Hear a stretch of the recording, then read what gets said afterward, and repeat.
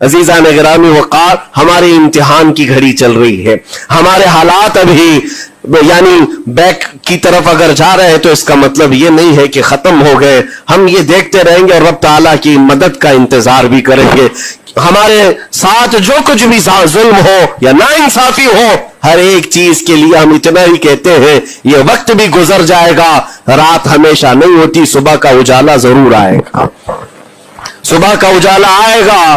عزیزان گرامی وقار، سرکار غریب نواز رضی اللہ تعالیٰ عنہ کا وہ جملہ یاد رکھو، ہم اللہ اور اس کے رسول کے بھروسے جیتے ہیں، اللہ اور اس کے رسول کے بھروسے جیتے ہیں. طاقتیں، قوتیں یا تخت و تاج ہمارے مخالف ہو جائے تو یہ نئی بات نہیں ہے، اسلام کے ساتھ یہ ہر بار ہوتا رہا ہے، اس سے پہلے بھی ہوا ہے. حالات ہمارے مخالف رہے، اولیاء کاملین کی جماعتیں دیکھیے، اہل بیت اطہار، رسول اللہ کی آل.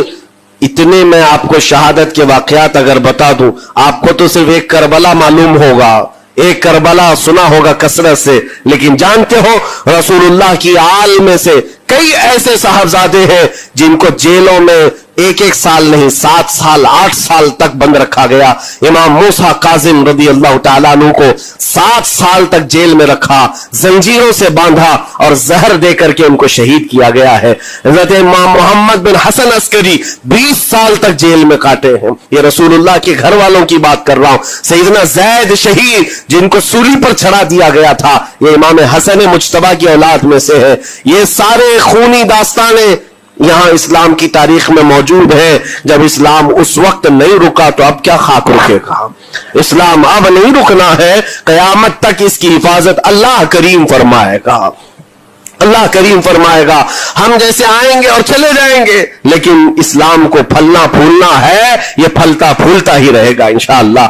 آپ کی ذمہ داری اتنی ہے، آپ کی اتنی ذمہ داری ہے، حالات دیکھ کر کے بچوں کو یہ نہ کہنا کہ بیٹا آپ جیسے حالات چل رہے ویسے ہی چلتے رہو. نہیں، اپنے بیٹوں کو یہ ترغیب دینا کہ بیٹا آج ہم امتحان کی گھڑی میں ہیں، کل اگر اللہ نے حالات اچھے کر دیے تو یاد رکھنا جس جگہ بت کدے بنے ہماری مسجدوں کو توڑ کر انشاءاللہ وہاں سے اذان کی آواز پھر سے گونجے گی، اذان کی آواز آئے. یہ بچوں کو نصیحت ہونی چاہیے. ہماری تاریخ مٹانے سے مٹتی نہیں ہے، ایک دور آئے گا پھر جب اللہ کریم چاہے تو یہ تاریخ کھل کر کے لوگوں کے سامنے آئے.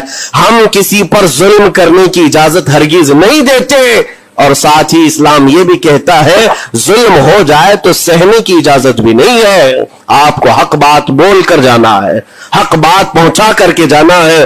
بولنے میں کیا ہے، ہماری زبان کاٹی جائے گی، ہماری گردن ماری جائے گی، لیکن حق بات کی حفاظت نسلوں تک منتقل کرنا اللہ کریم کی طرف سے بہت بڑا انعام ہے، اس کا بہت بڑا انعام ہے. یہ تو ہم کر ہی سکتے ہیں، ہماری نسلوں کو یہ بات بتائیں گے انشاءاللہ العزیز.